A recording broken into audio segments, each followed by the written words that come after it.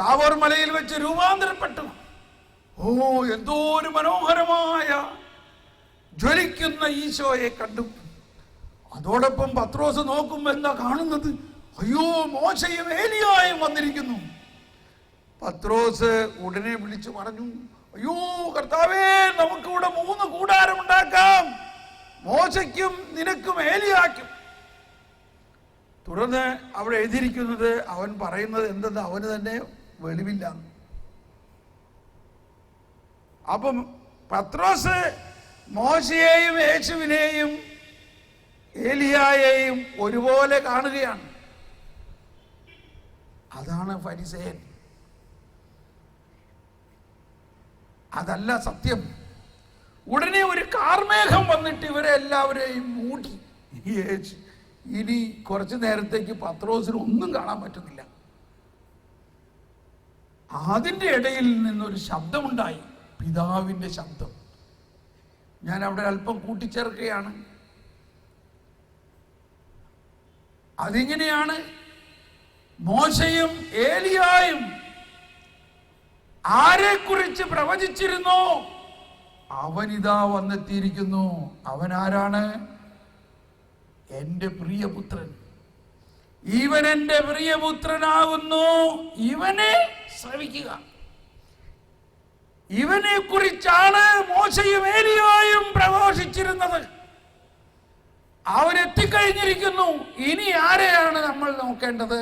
മോശയെ നോക്കണോ, ഏലിയായെ നോക്കണോ, അതോ യേശുവിനെ നോക്കണോ? പറയും. ഇനി ആര് പറയുന്നത് കേൾക്കണം? മോശയും ഏലിയായും പറഞ്ഞിരിക്കുന്നത് കേൾക്കണോ, അതോ യേശു പറഞ്ഞിരിക്കണ കേൾക്കണോ? ഈ ഇടയ്ക്ക് കല്യാണങ്ങൾ നടക്കുന്നത്, പെണ്ണ് കാണലെല്ലാം വളരെ ബുദ്ധിമുട്ടാണ്. ചെറുക്കൻ അമേരിക്കയിൽ, പെണ്ണിവിടെ. എല്ലാവരും ഫോണിലൂടെയും സ്കൈപ്പിലൂടെയൊക്കെയാണ് പെണ്ണ് കാണൽ. അങ്ങനെ കണ്ടു, ചെറുക്കനും പെണ്ണിനും ഇഷ്ടമായി. മാതാപിതാക്കൾ തമ്മിൽ സംസാരിച്ചു. അവരും സ്കൈപ്പിലൂടെയും. ചെറുക്കൻ അവിടുന്ന് കുറെ പടങ്ങളൊക്കെ അയച്ചു കൊടുത്തിരിക്കണം. അവൻ്റെ സൈഡ് പോസ്, അവൻ്റെ ബാക്ക്, ഫ്രണ്ട്, സൈഡൊക്കെ അവൻ അയച്ചു കൊടുത്തു. പടമെല്ലാം കണ്ടപ്പോൾ ചെറുക്കനെ ഇഷ്ടമായി. വീട്ടുകാർ തമ്മിൽ പോയി സംസാരിച്ച് വീട്ടുകാരെയും ഇഷ്ടമായി. കല്യാണം ഉറപ്പിച്ചു. പക്ഷേ ചെറുക്കൻ 1 വർഷം കഴിഞ്ഞേ വരുള്ളൂ. ഇനി കാത്തിരിപ്പായി. അതാണ് പഴയ നിയമം. പഴയ നിയമത്തിൽ വരാനിരിക്കുന്നവനെ കുറിച്ചുള്ള പടം, ഏശയ്യാ ഒരു പടം അയച്ചു കേട്ടോ. വരാനിരിക്കുന്നവൻ അന്ധനായിരിക്കുന്നു. വേറൊരു പടം അയച്ചു, അവൻ എത്ര അടി കൊണ്ടാലും ഒന്നും മിണ്ടൂല. നല്ല ഭർത്താവാണ്. ഇതല്ലെങ്കിൽ ഏശയ്യാ എഴുതിയേക്കണത് വരാനിരിക്കുന്നവരെ കുറിച്ച്. എസക്കിയേൽ എഴുതിയിരിക്കുന്നു, സങ്കീർത്തനത്തിൽ എഴുതിയിരിക്കുന്നു, മോശയുടെ പുസ്തകത്തിൽ എഴുതിയിരിക്കുന്നു. എന്ന പോലെ നിരവധി പടങ്ങൾ അയച്ചു പ്രവാചകന്മാർ. എന്ന പോലെ ഇന്നത്തെ കല്യാണ ആലോചന ഇതാണ്. വരാനിരിക്കുന്നവൻ കുറേ പടങ്ങളൊക്കെ അയച്ചു. പെങ്കൊച്ചാണെങ്കിൽ ഈ പടങ്ങളൊക്കെ എല്ലാവരും ചെയ്ത് വീട്ടിൽ ഒട്ടിച്ചു വെച്ചേക്കണം. അവൾ രാവിലെയും വൈകുന്നേരവും സ്കൈപ്പിലൂടെയും ഫോണിലൂടെയും ചാറ്റും ചീറ്റും ഒക്കെ നടത്തിക്കൊണ്ടിരിക്കണം. അപ്പനും അമ്മയ്ക്കും ഭയങ്കര പ്രതീക്ഷയാണ്. പക്ഷെ അവനൊന്ന് വന്നു കിട്ടട്ടെ. അങ്ങനെ സാവധാനം മാസം എണ്ണി കഴിഞ്ഞു. ഇതാ അവൻ വന്നു. അവൻ വന്ന് നമ്മുടെ വീട്ടിൽ വന്നിരിക്കണം. ഇനി ചോദ്യം ഇതാണ്, ഇനി അവൻ അയച്ച പടം കാണണോ, അതെ അവനെ കാണണോ? പറയും. അവൻ ഇത്രയും നാളും അയച്ചിരുന്ന പടം കാണണോ, അതെ അവനെ നേരിട്ട് കാണണോ? അതാണ് പുതിയ നിയമം എന്ന് പറയുന്നത്. പഴയ നിയമം മുഴുവനും വരാനിരിക്കുന്ന ഈ പുതിയ നിയമത്തിൻ്റെയും യേശുവിനെയും കുറിച്ചുള്ള ഛായകളാണ്. അതാണ് വരാനിരിക്കുന്നതിൻ്റെ നിഴൽ മാത്രമായിരുന്നു പഴയ നിയമം എന്ന് പറയുന്നത്. വരാനിരിക്കുന്നവൻ വന്നു കഴിഞ്ഞിരിക്കുന്നു. അവൻ നേരിട്ട് നമ്മളോട് ഇപ്പൊ സംസാരിക്കണം. അവന് നമ്മൾ ഭക്ഷിക്കണം. ഇനി എന്താ വേണ്ടത്? ഇനി മോശ പറയണത് കേൾക്കണോ, ഏലിയ പറയണത് കേൾക്കണോ, അതോ പിതാവായ ദൈവവും പറയാണ് ഇവൻ എൻ്റെ പ്രിയപുത്രൻ, ഇവൻ പറയുന്നത് കേൾക്കുക? അതാണ് പുതിയ നിയമം മുഴുവൻ ഈശോ പറയുന്നത്. എൻ്റെ ആടുകൾ എൻ്റെ സ്വരം ശ്രവിക്കുന്നു. അതാണ് മാതാവ് പറയുന്നത്. അവൻ പറയുന്നത് കേൾക്കുവിൻ. മോശയോ ഏലിയായോ പറയുന്നതല്ല ഇനി കേൾക്കേണ്ടത്. അപ്പോൾ ഫരിസേയരും നിയമജ്ഞരും മോശയുടെ നിയമം കൃത്യമായി പാലിച്ചാലേ ശരിയാവും, നീതീകരണം ഉണ്ടാവുള്ളൂ എന്ന് വിശ്വസിക്കുന്നു. അതനുസരിച്ച് അവർ ജീവിക്കുന്നു. അതാണ് യേശുവിൻ്റെ കരുണയുടെ നേരെ വിപരീതമാണത്. ഈ ഫരിസേയ മനോഭാവം നമ്മളിൽ നിന്ന് മാറണം. മോശയും ഏലിയായും പറയുന്നത് നോക്കാതെ യേശു പറയുന്നത് പാലിക്കണം. അവിടെ വിഷമിക്കണ്ട. മോശയും ഏലിയായും പറയുന്നത് ഈ യേശുവിനെ കുറിച്ചാണ്. യേശു പറയുന്നത് ഞാൻ മോശ പറഞ്ഞത് റദ്ദാക്കാനല്ല വന്നിരിക്കുന്നത്. മോശ പറഞ്ഞതിനെ പൂർത്തിയാവുന്നത് എൻ്റെ വരവിലൂടെയാണ്, എന്നിൽ വിശ്വസിക്കുന്നതിലൂടെയാണ് അത് പൂർത്തിയാവുള്ളൂ. Praise the Lord. അപ്പൊ ഇതാണ് ഒരു ഫരിസേയ മനോഭാവം. രണ്ടാമത്തെ ഫരിസേയ മനോഭാവം ഈശോ തന്നെ മലയിലെ പ്രസംഗത്തിൽ പറയുകയാണ്. 7-ാം അധ്യായത്തിൽ 1-ാമത്തെ വചനം പറയുകയാണ്, നിങ്ങൾ ആരെയും വിധിക്കരുത്. ഭയങ്കര കാര്യമാണ് ഈശോ പറയുന്നത്. നിങ്ങൾ വിധിക്കുന്ന വിധി കൊണ്ട് തന്നെ നിങ്ങളും വിധിക്കപ്പെടും. നമ്മളെ ആരും ഇവിടുത്തെ പോലീസുകാരനാക്കിയിട്ടില്ല. യേശുവിൻ്റെ മനോഭാവം ഉണ്ടാകണം നമുക്ക്. യേശു ആരെയും വിധിച്ചില്ല. നമ്മൾ എന്താ ഓരോ ദിവസവും നോക്ക്, എത്ര പ്രാവശ്യം എത്ര ആളുകളെ കുറിച്ച് നമ്മൾ വിധിച്ച് സംസാരിക്കുന്നു. അവൻ ശരിയല്ല, അവൻ മോശമുണ്ടോ, അവൻ്റെ കൂടെ കൂട്ടുകൂടണ്ട, ആള് പെശക. അല്ലെങ്കിൽ ഓരോരുത്തരുടെയും തെറ്റ് കണ്ടുപിടിക്കാൻ വേണ്ടി നമ്മൾ ഇങ്ങനെ അന്വേഷിച്ച് നടക്കുകയാണ്. അത് കണ്ടുപിടിച്ചാൽ ഉടനെ 4 ആളോട് പറയണം. ഇപ്പൊ എല്ലാവരുടെയും കയ്യിൽ 2 ഫോണാണ്. ഒന്ന് നാഷണൽ ഫോണും ഒന്ന് ഇന്റർനാഷണൽ ഫോണും. ഉടനെ സകലയിടത്തും വിവരം അറിയിച്ച് അവരെ ഒന്ന് അവഹേളിച്ചാലേ നമുക്ക് സമാധാനമാവുള്ളൂ. ഇവിടെയാണ് ഔസേപ്പിതാവിന്റെ തിരുനാൾ ആഘോഷിക്കുന്ന ഇന്നത്തെ ദിവസത്തിൽ വർക്കറായ ഔസേപ്പിനെ വിട്, നീതിമാനായ ഔസേപ്പിനെ പിടിക്കും. മത്തായിയുടെ സുവിശേഷത്തിൽ പറഞ്ഞിരിക്കുന്ന ഔസേപ്പിതാവിനെ കുറിച്ച് കാര്യമായിട്ടൊന്നും പറഞ്ഞിട്ടില്ല. ഔസേപ്പിതാവും ആരോടൊന്നും പറഞ്ഞിട്ടില്ല. അതാണ് ആ നീതിമാന്റെ അർത്ഥം. ഒരാളുടെയും കുറ്റം കണ്ടുപിടിച്ചിട്ടില്ല അദ്ദേഹം. ആകെ കൂടി ഒരു കാര്യം പറഞ്ഞിരിക്കുന്നത് ശ്രദ്ധിച്ചോ, അവൻ നീതിമാനാകയാൽ. 1-ാം അധ്യായത്തിൽ മത്തായി 1-ാം അധ്യായത്തിൽ 19-ാമത്തെ വചനം ഒന്ന് കേൾക്കാം. അവളുടെ ഭർത്താവായ ജോസഫ് നീതിമാനാകയാലും അവളെ അപമാനതയാക്കാൻ ഇഷ്ടപ്പെടായികയാലും അവളെ രഹസ്യമായി ഉപേക്ഷിക്കാൻ തീരുമാനിച്ചു.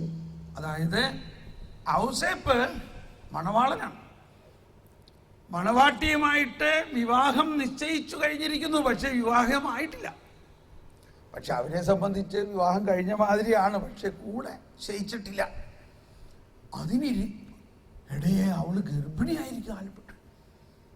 അപ്പോൾ യഹൂദൻ ആയ ഔസേപ്പ് യഹൂദയായ മറിയവും യഹൂദ നിയമം പാലിക്കേണ്ടവരല്ലേ, മോശയുടെ നിയമം പാലിക്കേണ്ടതല്ലേ.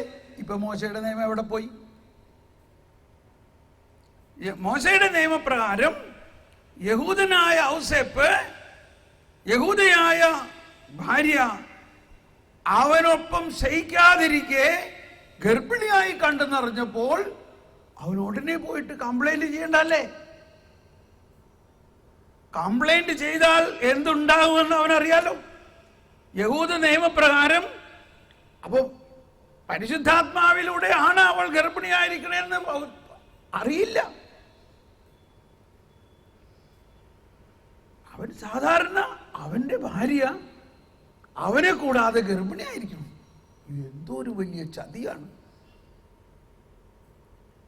ഇതിന് ഒരു നിയമമുണ്ട്. അവിടെ അങ്ങനെ സംഭവിച്ചാൽ ഉടനെ സിനഗോഗ് അധികാരികളോട് പറയുകയും അവര് അങ്ങനെയുള്ള സ്ത്രീകളെ ശിരസ് മുണ്ടനം ചെയ്ത് പരസ്യമായിട്ട് അപമാനിക്കുകയും കല്ലെറിയുകയും ചെയ്യും. കല്ലെറിഞ്ഞ് കൊല്ലും. ഇതാണ് മോശയുടെ നിയമത്തിൽ നിന്നുള്ള ഒരു തിരിവ്. ദൈവം മോശയ്ക്ക് നൽകിയ നിയമത്തിൽ, അല്ലെങ്കിൽ ദൈവത്തിൽ നിന്നുള്ളതെല്ലാം ജീവൻ നൽകുന്നതാണ്, ജീവൻ എടുക്കുന്നതല്ല. ജീവൻ നൽകുന്ന ദൈവം എങ്ങനെ ജീവൻ എടുക്കും? പറയും. ദൈവത്തിന് ജീവൻ നൽകാൻ മാത്രമേ സാധിക്കുകയുള്ളൂ.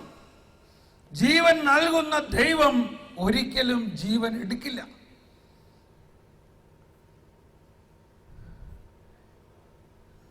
അവൻ നീതിമാനാകയാൽ എന്ന് പറഞ്ഞാൽ അവനിപ്പോ ഏത് നീതിയാണ്? മോശയുടെ നീതിയാണോ അതോ യേശുവിന്റെ നീതിയാണോ? Praise the Lord. മനസ്സിലായില്ലേ? അവൻ മോശയുടെ നീതി വിട്ടു. ഇത് ഒരു ചരിത്ര രഹസ്യമാണ്. അതായത് വരാനിരിക്കുന്ന പുതിയ നീതി വന്നു കഴിഞ്ഞിരിക്കുന്നു. യേശുവിലൂടെയുള്ള നീതി വന്നു കഴിഞ്ഞിരിക്കുന്നു. ഇനി മോശയുടെ നീതി അവസാനിക്കണം. അവൻ മോശയുടെ നിയമപ്രകാരം അവളെ അപമാനിതയാക്കാൻ തുനിഞ്ഞില്ല. മറിച്ച് മിണ്ടാതെ അവിടെ ഇരുന്നു. ഇതാണ് ഔസേപ്പിൽ നിന്ന് ഇന്ന് നമ്മൾ പഠിക്കേണ്ടത്. നമ്മൾ ഓരോരുത്തരും മറ്റുള്ളവരുടെ തിന്മ കാണുമ്പോൾ മിണ്ടാതിരിക്കാനുള്ള ഒരു കഴിവാണ് മാതാവിനെയും ഔസേപ്പിനെയും ബഹുമാനിക്കുന്ന നമ്മൾ പഠിക്കേണ്ടത്. ഇതാണ് ബൈബിള് പുതിയ നിയമത്തിലെ ഏറ്റവും 2 പില്ലേഴ്സ്, സ്തംഭങ്ങളാണ് ഔസേപ്പും മാതാവും. എന്താണ് അവരുടെ ഗുണം? എന്ത് തിന്മ കണ്ടാലും, ആരെന്തെല്ലാം ചെയ്യണ കണ്ടാലും, കർത്താവേ കരുണയായിരിക്കണേ, മിണ്ടില്ല, ആരോടും മിണ്ടില്ല. കാരണം അവർ കർത്താവിന്റെ കരുണയിൽ ആശ്രയിക്കുന്നു. മാതാവ് തന്നെ ഒന്ന് ചിന്തിക്കുക. മാലാഖ വന്ന് പറഞ്ഞു, നീ ഗർഭിണിയാകാൻ പോവുകയാണ്. പുരുഷനെ കൂടാതെ ഞാൻ ഗർഭിണിയായാൽ, ഞാൻ വിവാഹത്തിന് എൻ്റെ പുരുഷനുമായിട്ട് ശയിക്കുന്നതിന് മുമ്പ് ഞാൻ ഗർഭിണിയായാൽ എന്താ ഉണ്ടാവുന്നത്? അവൾക്കറിയാം. പക്ഷേ അവൾ കർത്താവിൽ ആശ്രയിച്ചു, മിണ്ടില്ല. എന്ത് വേണമെങ്കിലും ആയിക്കൊള്ളട്ടെ. അതാണ് കരുണയുടെ ചിത്രത്തിന്റെ താഴെ എഴുതിയിരിക്കുന്നത്. എന്താണ്? Trust in Jesus. Jesus, I trust you. ഞാൻ നിന്നിൽ ആശ്രയിക്കുന്നു. എന്താശ്രയിക്കുന്നു? കരുണയിൽ ആശ്രയിക്കുന്നു. ഇന്ന് വൈകുന്നേരത്തിൽ ഈ ഒരു തീരുമാനം നമ്മൾ എടുത്തുകൊണ്ടാണ് പോകുന്നത്. മറ്റുള്ളവരുടെ തിന്മ കാണുമ്പോൾ, അവർ ചെയ്ത തെറ്റ് കാണുമ്പോൾ മിണ്ടാതിരിക്കാനുള്ള ഒരു കൃപ, ഉടനെ പ്രതികരിക്കാനിരിക്കാനുള്ള കൃപ, അവരെ കുറ്റപ്പെടുത്താതെ, അവരെ വിധിക്കാതെ, അവരുടെ കണ്ണിലെ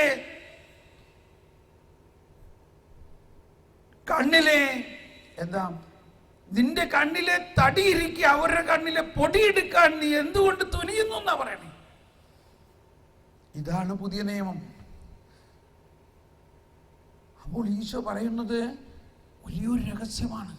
നീ വിധിക്കുമ്പോൾ നിന്നെ തന്നെയാണ് നീ വിധിക്കുന്നത്. ഔസേപ്പ് വിധിച്ചില്ല മറിയത്തെ. കണ്ടോ? മൗനമായിട്ട് എന്തോരം വേദന സഹിച്ചു കാണും. അന്ന് രാത്രി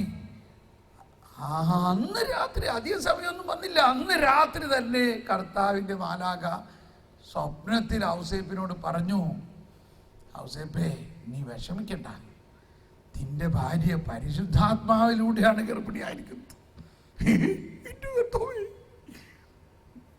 എന്നിട്ടും പോരാ, വീണ്ടും പറയുകയാണ്, ഇത് പ്രവാചകൻ പറഞ്ഞിരിക്കുന്നത് പൂർത്തിയാകാൻ വേണ്ടിയാണ്. ഔസേപ്പ് ചാടി എണീറ്റ്, കർത്താവേ, പ്രൈസ് ദി ലോർഡ്.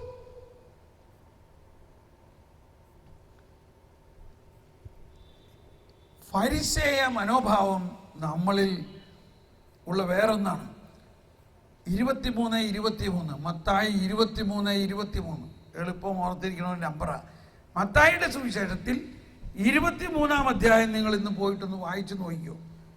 ആരും അത് വായിക്കാറില്ല. കാരണം അതിനകത്ത് പറഞ്ഞിരിക്കണ കേട്ട നമുക്ക് പേടിയാകും. ഫരിസേയരെ, നിങ്ങൾക്ക് ദുരിതം ദുരിതം ദുരിതം എന്ന് മാത്രമേ പറഞ്ഞിട്ടുള്ളൂ. പക്ഷെ ഒന്നൊന്ന് വായിക്കണം. അതിൽ മുഴുവനും പറഞ്ഞിരിക്കുന്നത് ഫരിസേയ മനോഭാവത്തിൽ ഉണ്ടാകുന്ന ദുരിതത്തെ കുറിച്ചാണ്. അതിൽ ഒരു കാര്യം മാത്രം ഒന്ന് പറഞ്ഞു നോക്കട്ടെ. 23 എളുപ്പം ഓർത്തിരിക്കാൻ വേണ്ടിയാ. കപടനാട്യക്കാരായ നിയമജ്ഞരെ, ഫരിസേയരെ, നിങ്ങൾക്ക് ദുരിതം, നിങ്ങൾ തുളസി, ചതകുപ്പ, ജീരകം എന്നിവയ്ക്ക് ദശാംശം കൊടുക്കുകയും നിയമത്തിലെ ഗൗരവമേറിയ കാര്യങ്ങളായ നീതി, കാരുണ്യം, വിശ്വസ്തത എന്നിവ അവഗണിക്കുകയും ചെയ്യുന്നു. ഇവയാണ് നിങ്ങൾ ചെയ്യേണ്ടിയിരുന്നത്.